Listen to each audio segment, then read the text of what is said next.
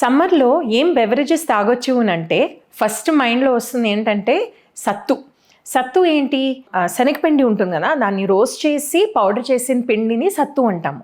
So ఆ సత్తు పిండి మీరు మజ్జిగలో కలుపుకొని కొద్దిగా అల్లం కానీ కొంచెం గ్రీన్ చిల్లీస్ అవన్నీ వేసుకొని చేస్తే మంచి స్పైస్ కూడా కొంచెం తగులుతుంది. నిమ్మకాయ కూడా పిండుకోవచ్చు. ఒక మంచి బెవరేజ్ లాగా మీల్స్కి మధ్యలో కూడా మీరు తీసుకోవచ్చు.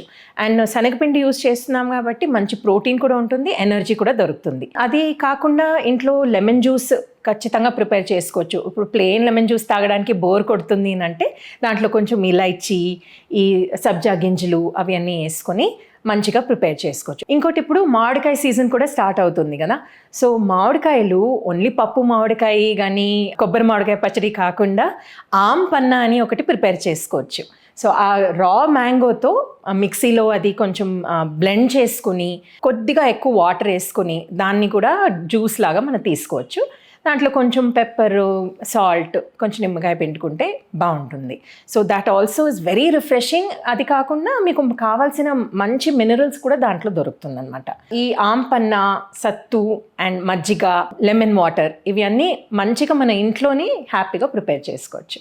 మీరు తీసుకునే అదే మందులు, అదే నాణ్యమైన మందులు మెడ్ ప్లస్ బ్రాండ్స్ పై సగం ధరకే.